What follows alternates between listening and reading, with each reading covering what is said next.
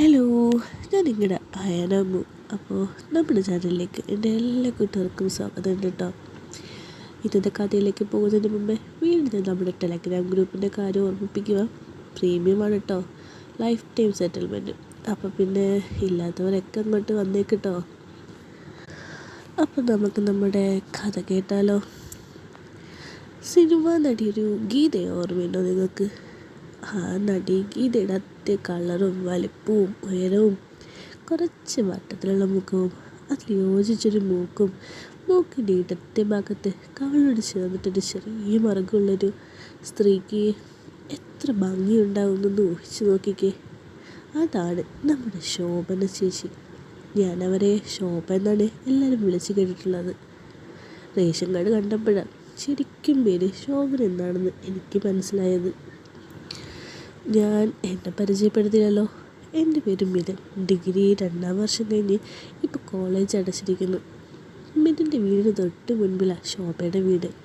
മിഥുൻ്റെ വീട് പോലെ തന്നെ ഒരു നല്ല വീട് തന്നെ, വൈറ്റ് വാഷ് ചെയ്തിട്ടുണ്ട്. ശോഭയുടെ വീടിൻ്റെ ഇടത്തെ മൂലയ്ക്കാണ് മിഥുൻ്റെ വീട്ടിലേക്കുള്ള വഴി.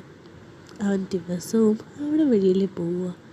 ശോഭ ചേച്ചി കടയിൽ പോകാനും സാധനം വാങ്ങാനും ഒക്കെ മിഥുനെ വിളിക്കും. പിന്നെ നമ്മുടെ ശോഭേച്ചിക്കാണെങ്കിൽ ഒരു മകളുള്ളത്. 3-4 വർഷം മുമ്പേ കല്യാണം കഴിച്ച് പോയി. ഇപ്പോൾ കാസർഗോഡാണ് താമസം. വർഷത്തിലൊരിക്കലെങ്ങാനും വരും. ശോഭയുടെ ഭർത്താവ് മോഹൻ പുറത്തായിരുന്നു. മോഹൻ ഗൾഫിൽ നിന്നും ഒരിക്കൽ സ്ട്രോക്ക് വന്ന്, പക്ഷേ നാട്ടിലാരോടും പറഞ്ഞില്ല. അടുത്ത ലീവിന് നാട്ടിൽ വന്നപ്പോൾ മോഹൻ വീണ്ടും സ്ട്രോക്ക് വന്നു. അതോടെ മോഹൻ കിടപ്പിലായി. ഇതൊക്കെ നടന്നിട്ട് 6 വർഷത്തോളമായി. അന്ന് മിഥുൻ 8ലായിരുന്നു പഠിക്കുന്നത്. ഇടയ്ക്കിടയ്ക്ക് അവൻ്റെ അമ്മ ശോഭ ചേച്ചിയുടെ വീട്ടിൽ പോകുന്നത് അവൻ കാണാറുണ്ട്. ഇടയ്ക്ക് അവനും കൂടി പോകും. മോഹനങ്ങളൊന്നും അറിയാതെ കട്ടിൽ കിടക്കുന്നത് കണ്ട് അവൻ കൗതുകത്തോടെ നോക്കും.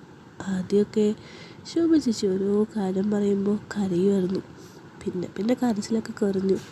കാലം എല്ലാത്തിനും ഇല്ലാതാക്കുന്നു മലയാളം ഭാഷ പറഞ്ഞത് മിഥുൻ ഓർത്തു. ഒരു ദിവസം സ്കൂള് വിട്ട് മിഥുൻ നേരെ പോയത് ശോഭേച്ചിയുടെ വീട്ടിലേക്കാണ്.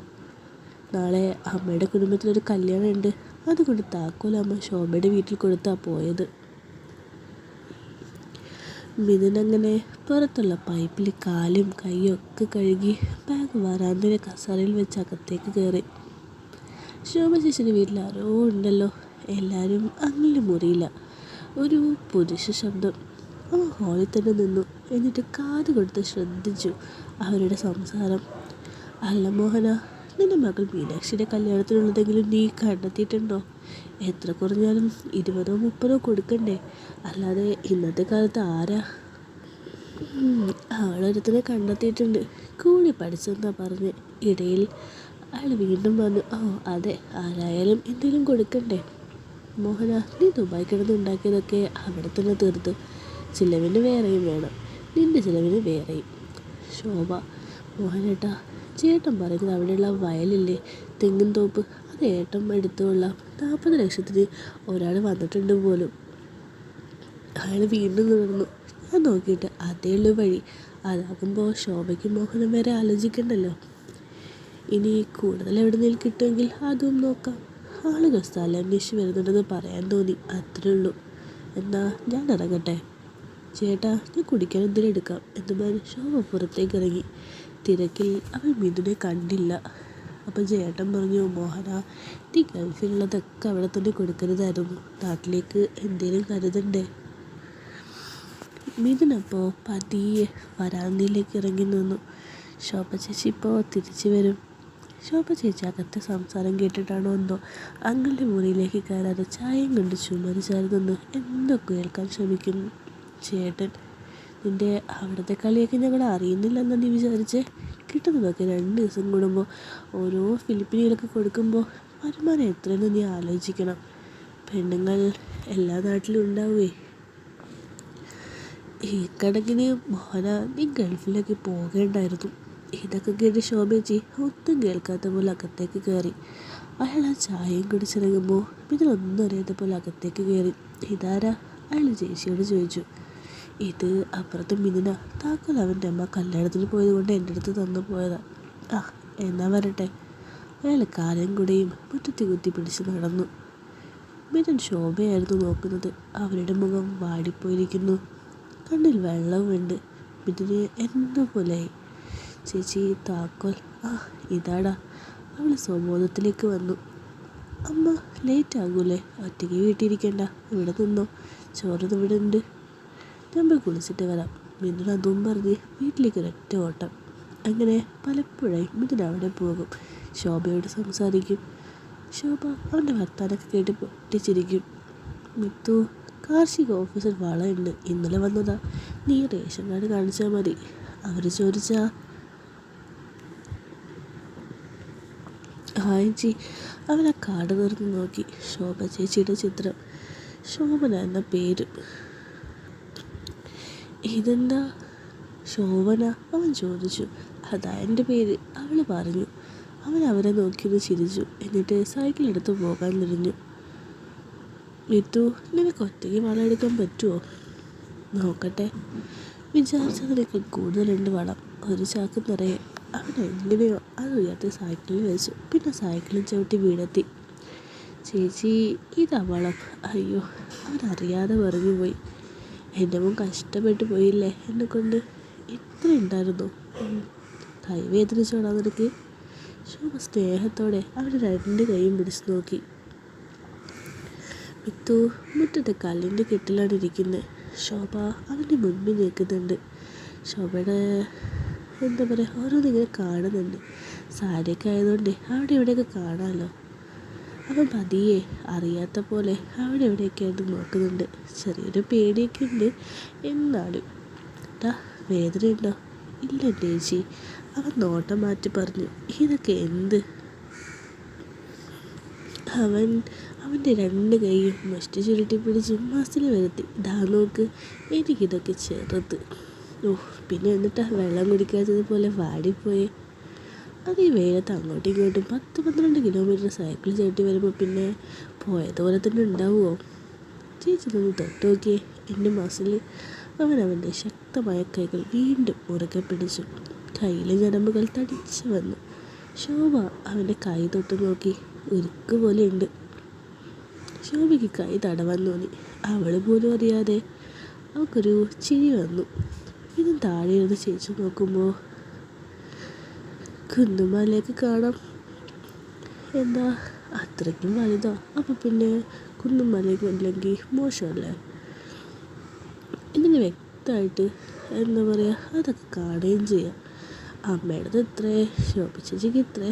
എന്തായാലും അമ്മയുടെ കളി ഇതാണെന്നൊക്കെ അവനിങ്ങനെ മനസ്സിൽ വിചാരിച്ചിരിക്കുക. അവനാണെങ്കിൽ ഓരോന്ന് തോന്നുന്നൊക്കെ ഉണ്ട്. പക്ഷേ എന്ത് ചെയ്യാൻ പറ്റില്ലല്ലോ. മിഥുൻ അവിടെ ഇവിടെയൊക്കെ എന്താ പറയുക, എപ്പോഴും കാണുന്നതൊക്കെ തന്നെ. മിഥുന് മാത്രമാകുമ്പോൾ ശോഭ അതൊന്നും ശ്രദ്ധിക്കാറില്ലെന്നതാണ് സാരം. ഒരിക്കൽ മിഥുൻ വളരെ തീവ്രമായി നോക്കുന്നത് ശോഭ കണ്ടിട്ടുമില്ല. പക്ഷേ അവൻ ശോഭച്ചി അറിയാതെ നോക്കുകയും ചെയ്യും. നോക്കിപ്പോകുന്നതാ, ആരായാലും ഒന്ന് നോക്കിപ്പോകും. അത്രയ്ക്ക് അഴകായിരുന്നു നമ്മുടെ ശോഭ ചേച്ചിയെ കാണാൻ. പിന്നെ എന്തൊരു അനുഭവപ്പെടാൻ തുടങ്ങി. തലയ്ക്കകത്തൊരു തരം ഹാലുസിനേഷൻ പോലെ, കൂടെ ഒരു വിറയലൊക്കെ, ഒരു ഇത്. ഒപ്പം താഴെ ഇങ്ങനെ സെറ്റായി തുടങ്ങി. ശോഭ ഇതിനെ നോക്കുമ്പോൾ അവൻ തൻ്റെ അടങ്ങനെ നോക്കുന്നത് കണ്ടപ്പോൾ ആദ്യം അവൾക്കൊന്നും തോന്നിയില്ല. പക്ഷേ അവൾ പറയുന്നതൊന്നും കേൾക്കുന്നില്ലെന്ന് അവൾക്ക് മനസ്സിലായി. അവനൊന്നും അറിയാതെ തന്നെ അവിടേക്കൊക്കെ നോക്കുന്നത് അവൾക്ക് മനസ്സിലായി. ശോഭ അപ്പോഴാണ് ഓർത്തത് അവളുടെ സാരിയുടെ കോലം. അതൊക്കെ മാറിക്കിടക്കാം, അതൊക്കെ അവൻ കാണുകയും ചെയ്യാം. അവൻ അടുത്താണ് താനും. ശോഭ പിന്നിലോട്ട് മാറി. അവൾക്ക് സ്വയം ആ സാഹചര്യത്തിൽ മനസ്സ് നേരെയാകാൻ ബുദ്ധിമുട്ടിപ്പോയി. എഴുന്നേക്ക്, നീ ചായ കുടിക്കാം. ശോഭ വീട്ടിനകത്തേക്ക് കയറി. അവൾക്ക് മനസ്സിനാകെ എന്തോ പോലൊരു ഭാരം അനുഭവപ്പെട്ടു. അവൾ വേഗം ഒരു പ്ലേറ്റ് കഴുകി അതിൽ ഭക്ഷണം എടുത്ത് വെച്ചു. അവനവിടെ തന്നെ ഇരിക്കുക. അടുത്തുള്ള ചെറിയ കല്ലൊക്കെ പെറുക്കി എറിയുന്നുണ്ട്. മിത്തു, ചായ കുടിക്ക്. ശോഭ വീണ്ടും പറഞ്ഞു. എനിക്ക് വേണ്ട, ഞാൻ പോട്ടെ. അതെന്താ? വന്നേ, ചായ കുടിച്ചിട്ട് പോയാൽ മതി. നീ ആകെ തളർന്നിട്ടുണ്ട്. വെള്ളം കുടിച്ചേ. വന്നേ നീ ഇങ്ങോട്ട്. ഇത് കൈയും കാലും കഴുകി അടുക്കളയിലേക്ക് കയറി. സ്റ്റാൻഡിൻ്റെ മുകളിൽ കയറിയിരുന്നു.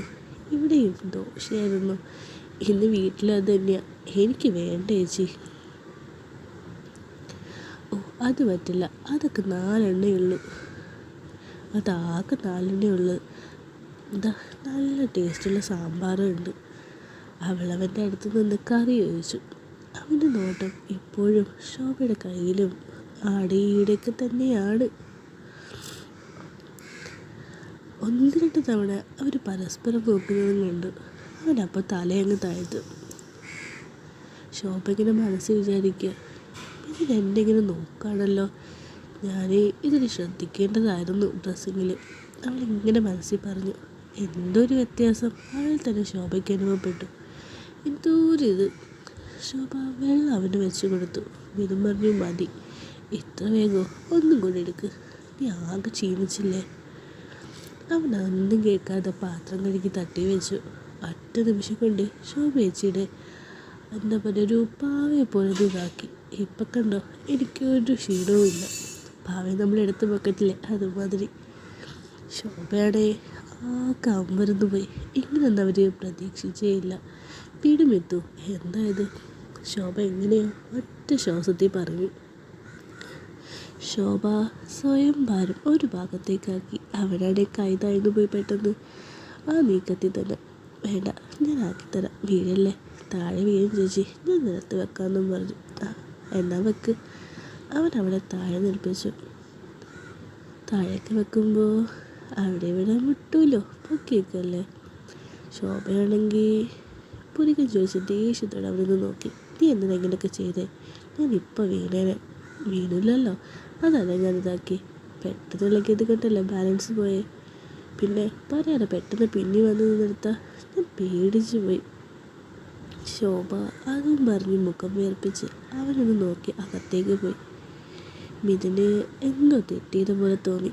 ഒപ്പം ശോഭേച്ചിക്ക് ദേഷ്യം തന്നോട് വന്നതുപോലെ തോന്നുകയും ചെയ്തു.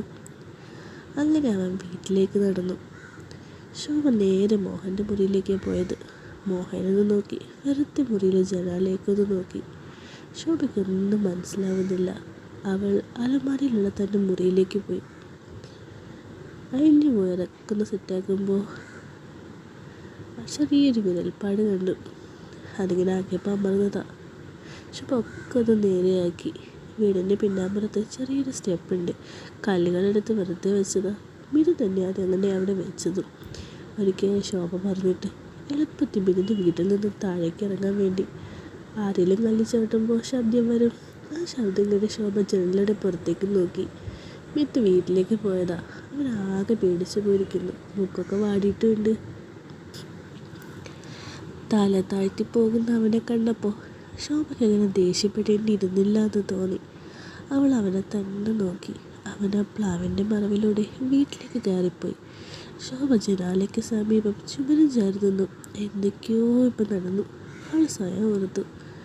അവൻ്റെ നോട്ടവും അവൻ്റെ കൈയും ആ ഒരു ഇതൊക്കെ അവൾക്ക് ഒരു രീതിക്ക് അനുഭവപ്പെട്ടു. ശ്വാസഗതി കൂടി ഒന്നിതായി. അവൻ്റെ ആ രൂപം, ഇതിൻ്റെ നോട്ടം, ആ കണ്ണുകൾ, അവൻ്റെ മുഖം, ശക്തിയുള്ളവൻ്റെ കൈകൾ, ഓരോന്നും അവളുടെ മുന്നിലേക്ക് വേഗത്തിൽ ചിത്രങ്ങളെ പോലെ വന്നു. എന്തോ ഒരു ശക്തമായ അടിയൊഴുക്ക് അവൾക്ക് അനുഭവപ്പെട്ടു. എന്തോ രക്തയോട്ടൊന്നും നിയന്ത്രിക്കാനായില്ല. അങ്ങനെ വർഷങ്ങൾക്ക് ശേഷം ഒരാളുടെ ഒരു സാമീപ്യം ശോഭയ്ക്ക് എന്തൊക്കെയോ ചിന്തയിൽ വന്നു. അതിലെല്ലാം മിഥുൻ്റെ മുഖം മാത്രം. അവൻ്റെ ബലിഷ്ടമായതൊക്കെ ഇങ്ങനെ ഓർത്തപ്പോൾ അവൾക്ക് തന്നെ എന്താ പറയുക, എന്താ പോലെ. അങ്ങനെ ഓരോന്നോർത്ത് തനിയെ ഇങ്ങനെ കണ്ണടഞ്ഞപ്പോൾ എന്തൊരു ഫീൽ. കണ്ണു തുറന്ന് താഴോട്ട് നോക്കിയപ്പോൾ എന്താ, മിഥുൻ അവിടെ ഇരിപ്പുണ്ട്. ഒരു നിമിഷം തന്നെ തോന്നലെന്ന് ശോഭ കരുതി. അല്ല, ഇതെനിക്ക് വേദനിക്കുന്നുണ്ട് മോനെ. അവൾ അലറി. മിഥുൻ വിട്ട് നിൽപ്പുണ്ട്. എന്തായിരിക്കുമല്ലേ പരിപാടി? അവൻ എഴുന്നേറ്റ് പറഞ്ഞു. അങ്ങൾ കേൾക്കും. അവൾ വേണ്ടാന്ന് തലയാട്ടി. ശോഭയുടെ കണ്ണുകളിൽ വെള്ളം നിറഞ്ഞു. അവൾ രൂക്ഷമായി അവനെ നോക്കി. എനിക്ക് ഒരുപാട് ഇഷ്ടമാണ് ചേച്ചി. ശോഭ ചേച്ചിയേക്കാൾ സുന്ദരിയായ ഒരാളെ ഞാൻ ഇന്ന് വരെ കണ്ടിട്ടില്ല. ഞാൻ ഒന്നും കൂടി ആക്കിക്കോട്ടെ എന്ന് അവൻ അപേക്ഷയോടെ നോക്കി ചോദിച്ചു. പക്ഷേ ശോഭയ്ക്ക് എതിർക്കാൻ തോന്നിയില്ല. എന്നാലും അവൾ മോനെ ചേച്ചി പാവമാടാ വിടും ഇതു വേണ്ടടാ ആരെങ്കിലും വരും നിനക്ക് പിറുപിറുക്കുന്നുണ്ട്. അവനാണെ അതൊന്നും കേൾക്കാൻ നിൽക്കണമെങ്കില്ല. അവനവൻ്റേതായിട്ടുള്ള ഓരോന്ന് കാട്ടിക്കൂട്ടുക. പക്ഷേ അവൾക്ക് എതിർപ്പൊന്നും ഉണ്ടായിരുന്നില്ല എന്ന് സാരം. പിന്നെ ചെറിയ എതിർപ്പും അതൊക്കെ ഒന്ന് മാറി രണ്ടുപേരും കൂടെ നല്ലൊരു പരിപാടി തുടങ്ങി അവിടെ. അങ്ങനെ നല്ല രീതിക്ക് അവരിങ്ങനെ സ്വർഗം കണ്ടുകൊണ്ടിരുന്നപ്പോഴാണ് മിഥുനെ അവൻ്റെ അനിയൻ്റെ ശബ്ദം. കുറേ നേരമായില്ലേ കാണാത്തത്. അമ്മ പറഞ്ഞു വിട്ടത് അനിയനെ. ചേട്ടാ നീ എവിടെയാ? ശോഭ പെട്ടെന്ന് ഞെട്ടി. മിഥുമോനെ ആരോ വരുന്നു, നീ വിട്ടെന്നെ. അവൾ സർവ്വശക്തിയെടുത്ത് അവന് പുറകിലോട്ട് തള്ളി. അനിയൻ്റെ ശബ്ദം മിഥുനും കേട്ടു. അവൻ വേഗം മുറിക്ക് പുറത്തേക്ക് ഇറങ്ങി. ശോഭ വേഗം മുറിയുടെ വാതിലടച്ച് കുറ്റിയിട്ടു. വെപ്രാളത്തോടെ അവൾ ഒക്കെ ഒന്ന് നേരെയാക്കി. അതിന് മുട്ടിയൊക്കെ വാരിക്കെട്ടി അവൾ പുറത്തേക്ക് ഇറങ്ങി. മിഥുനും അവൻ്റെ അനിയൻ്റെ കൈ പിടിച്ച് വീട്ടിലേക്ക് പോകുന്ന കാഴ്ച കണ്ടപ്പോൾ അവൾക്ക് പകുതി സമാധാനമായി. അടുക്കളയുടെ വാതിലടച്ച് അവൾ മുറിക്കകത്ത് അവളുടെ കട്ടിന്മേ വന്നിരുന്നു. നല്ലവണ്ണം കിതയ്ക്കുന്നുണ്ട്. അവൾ ഓരോരുത്തടുത്താക്കി നോക്കി. ചെറിയ മുറിയൊക്കെ കാണാം. ശോഭ കണ്ണാടിക്ക് മുമ്പിലായി പോയി നിന്ന് ഒന്ന് നോക്കി. ചെറിയ പാടുകൾ. പക്ഷേ അവൾ നല്ലവണ്ണം ആയിട്ടുണ്ടെന്ന് അവൾക്ക് മനസ്സിലായി. എത്ര കാലമായില്ലേ താൻ ഇതൊക്കെ ഒന്ന് അറിഞ്ഞിട്ട്? 8 10 എത്രയോ വർഷമായി. അവളോട് തന്നെ സ്വയം ചോദിച്ചു. എന്നിട്ട് പതിയെ താഴോട്ടിതാക്കി. എന്നാലും ഞാൻ ഇതെങ്ങനെ സഹിക്കും? എന്നെ അവന് ഇത്രയ്ക്ക് ഇഷ്ടമാണോ? എന്തിനാ എന്നെ ഇത്ര അവൻ ഇഷ്ടപ്പെടുന്നത്? ഈ വയസ്സെത്തി നല്ല കാലത്ത് ഒന്നും കിട്ടാത്തവൾ അവനെ ഞാനല്ലേ പ്രലോഭിപ്പിച്ചത്. ഞാൻ അറിഞ്ഞില്ലേലും അവൻ വലുതായത് എന്തേ ഞാൻ ഓർത്തില്ല.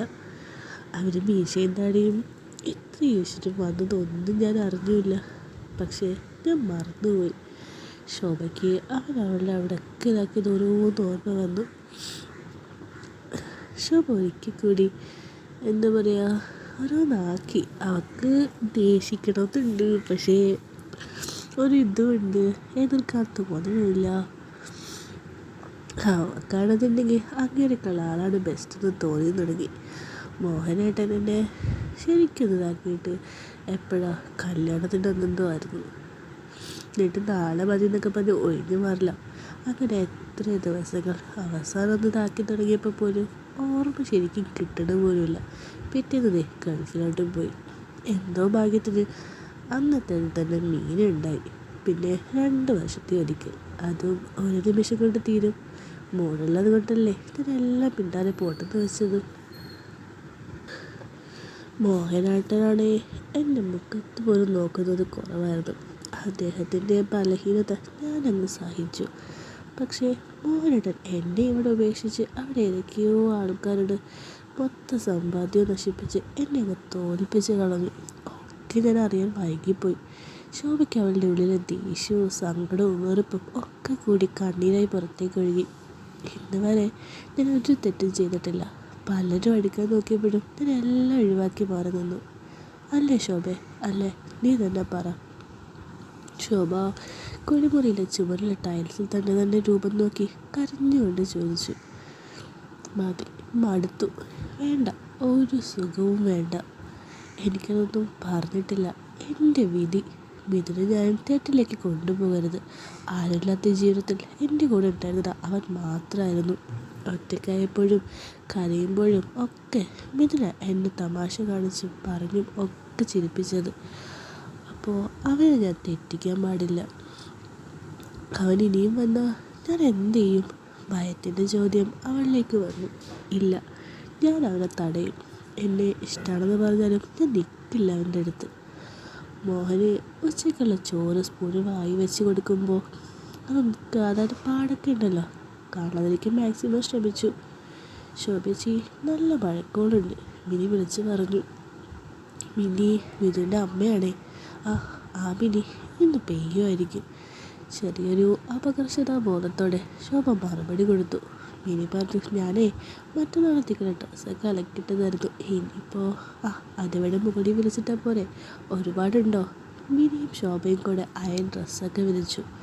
ശോഭേച്ചിയുടെ വീടിന് മുകളിൽ ഷീറ്റ് കെട്ടിയത് കൊണ്ട് മഴക്കാലം വരുമ്പോഴാണ് ഗുണം അറിയുക. ഞാൻ എത്ര കാലമായി മിഥുൻ്റെ അച്ഛനോട് ഷീറ്റ് അടിച്ചിടാൻ പറയുന്നു. എവിടെ? ലോട്ടറിക്കാരെക്കാളും കഷ്ടമാണ് അങ്ങനെയുടെ കാര്യം. ഉള്ളതൊക്കെ പെങ്ങളുടെ മക്കൾക്ക് കൊടുക്കാനേ ഉള്ളൂ ആൾക്ക്. എനിക്ക് 2 ആണായത് കൊണ്ട് ഭാവിയിലേക്കൊന്നും വേണ്ടല്ലോ എന്ന് ചോദിച്ചാൽ പറയും. അങ്ങനെ ഓരോന്ന് പറഞ്ഞ് മിനി ചിരിക്കാൻ തുടങ്ങി. കൂടെ ശോഭയും. ഇവരൊന്നും അറിഞ്ഞില്ലല്ലോ എന്ന സമാധാനത്തിൽ അവളും ഇങ്ങനെ ചിരിക്കുന്നുണ്ട്. കാലാവസ്ഥ പെട്ടെന്ന് ഇരുണ്ടു.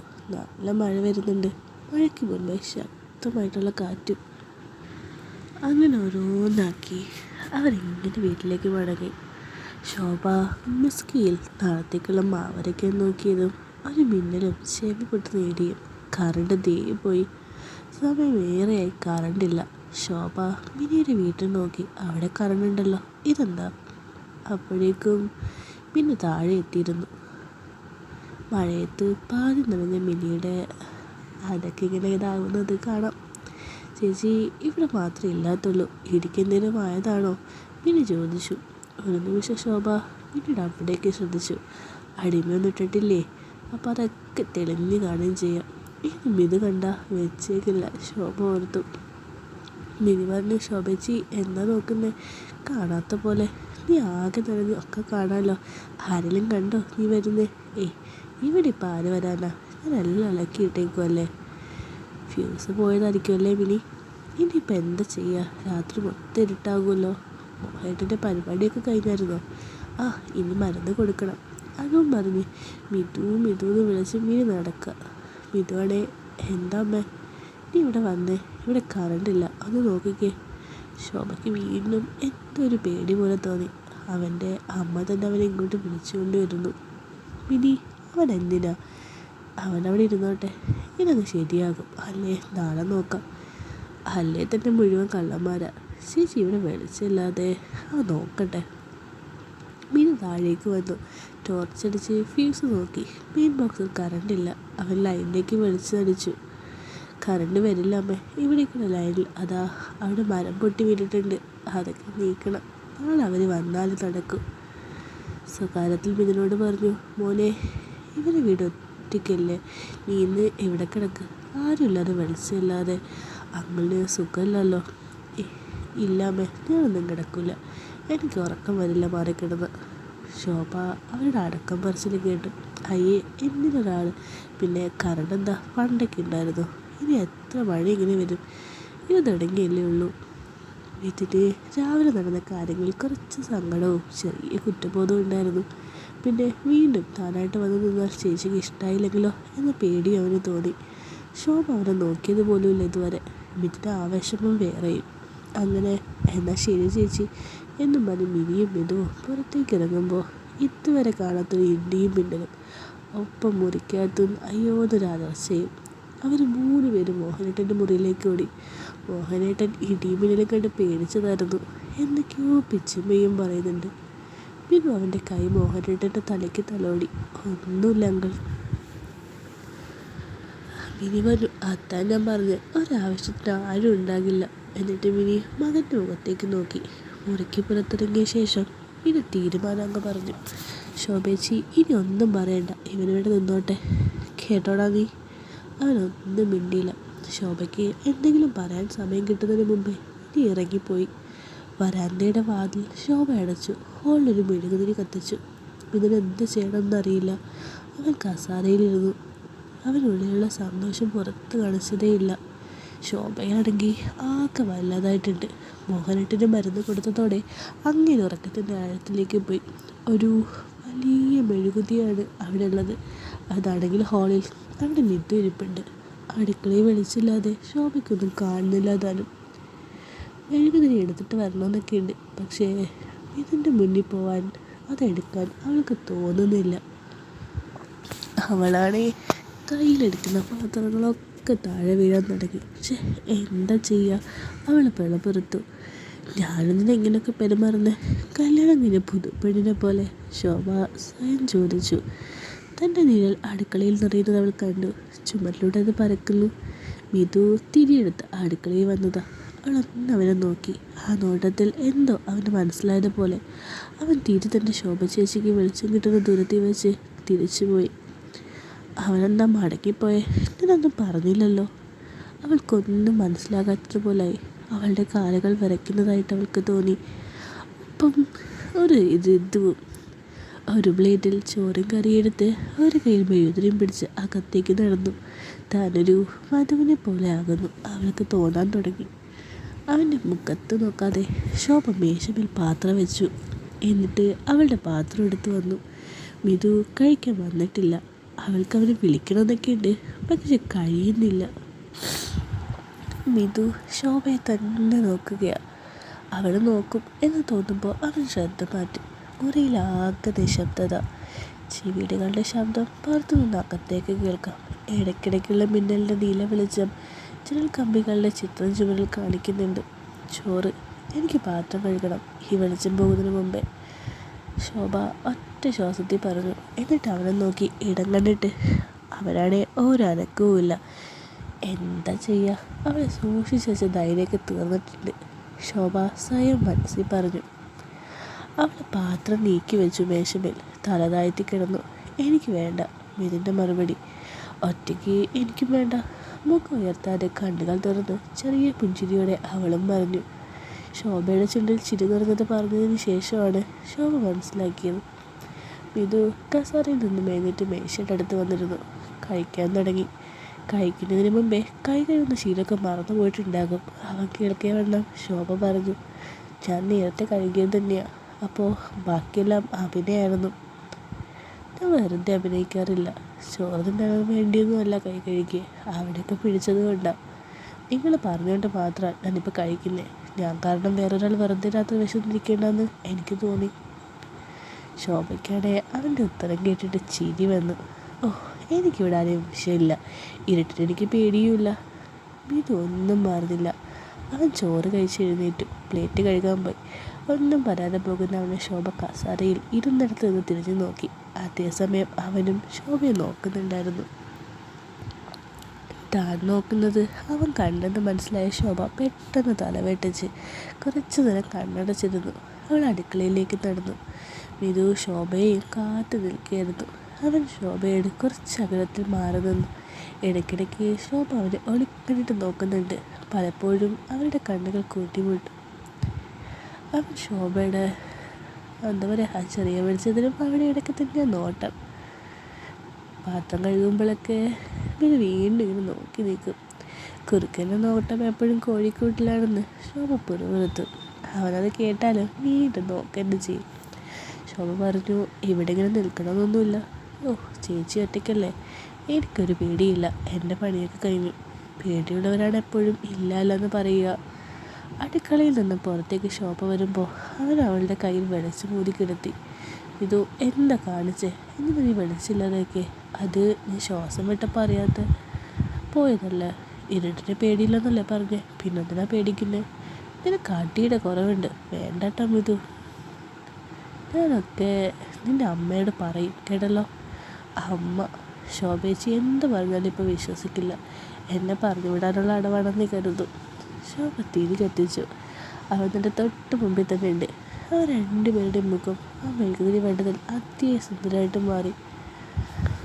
മിതുൻ്റെ ഇതൊക്കെ കണ്ടപ്പോൾ ശോഭ ഇങ്ങനെ എന്താ പറയുക, അത് ശ്രദ്ധിച്ച് നിൽക്കുകയായിരുന്നു. താൻ ഇതുവരെ കണ്ട മിതു അല്ല ഇത്. എനിക്ക് ഇവൻ്റെ സൗന്ദര്യം മനസ്സിലായില്ലല്ലോ. ക്ലാസ്സിലെ ഗേൾസൊക്കെ തന്നെ പിന്നാലെ നടക്കാറുണ്ടെന്ന് അവൻ മുമ്പൊരിക്കൽ പറഞ്ഞത് ശോഭ ഓർത്തു. ശരിയാ.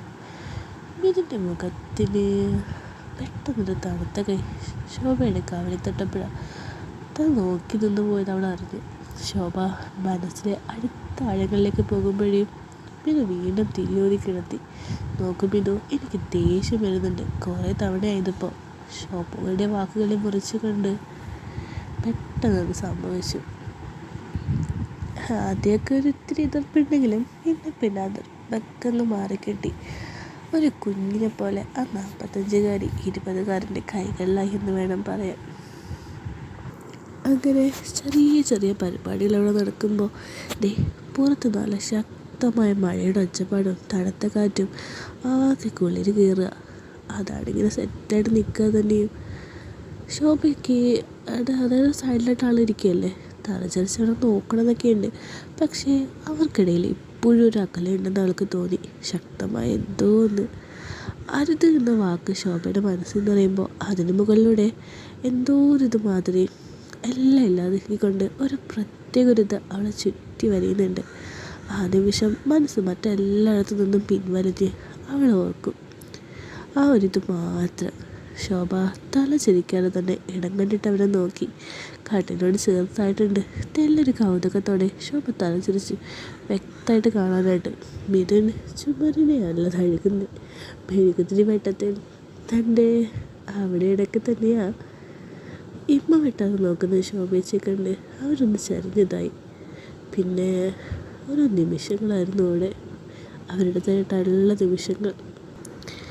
ഓരോന്നിതാക്കുമ്പോഴും ആകാശത്തെ നക്ഷത്രങ്ങളെ കൈവളയിൽ കണ്ട അതേ അമ്പരപ്പിലായിരുന്നു നമ്മുടെ മിഥുനും. അങ്ങനെ എല്ലാം ഇതായിട്ട് അവിടെ നല്ലൊരു പരിപാടി എടുക്കുക. ശോഭേച്ചയ്ക്ക് എതിർപ്പൊക്കെ ഉണ്ട്. പക്ഷേ ഓരോന്ന് കിട്ടുമ്പോൾ അതെല്ലാം മാറി വരിക ശരിക്കും പറഞ്ഞു കഴിഞ്ഞാൽ. അങ്ങനെ നല്ല ഇതായിട്ടോ. അങ്ങനെ എന്താ പറയുക, പതുക്കെ എല്ലാ പരിപാടി കഴിഞ്ഞ് നല്ല ക്ഷീണിച്ചുല്ലോ. ഇരുവരും ഉറക്കത്തിലേക്ക് തെന്നി വീണു.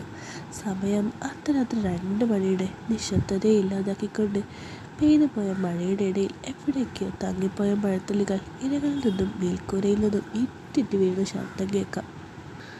അങ്ങനെ തീനാളത്തിൻ്റെ വെളിച്ചം കിടത്തിക്കൊണ്ട് ഇരുട്ട് അവരങ്ങനെ പൊതിച്ചു. അവരൊറ്റേതായി അവരാ രാത്രിയെ വരവേറ്റു. അതോടുകൂടി ശോഭേച്ചി നമ്മുടെ മിഥുൻ്റെതും ഇവിടെ തീരുകയാണ്. ആ വരവേൽക്കലിനോട് കൂടി ആരോ വിളിക്കുന്നതോടുകൂടിയും നമ്മുടെ കഥ ഇവിടെ അവസാനിക്കുക. അതൊക്കെ കഴിഞ്ഞ് അടുത്ത ദിവസം എന്തൊക്കെ സംഭവിച്ചു, ഇനി അങ്ങോട്ട് എന്തൊക്കെയാണ് സംഭവിക്കാത്തത് നമുക്ക് വരും കഥയിൽ കേൾക്കാം കേട്ടോ. അപ്പോൾ കഥ ഇവിടെ തീരുക. അടുത്തൊരു കഥയായിട്ട് വേഗം തന്നെ കാണാം. കഥ ഇഷ്ടമായെങ്കിൽ ലൈക്ക് ആൻഡ് സബ്സ്ക്രൈബ് ആക്കൂടെ മറക്കണ്ട. അപ്പോൾ ബൈ.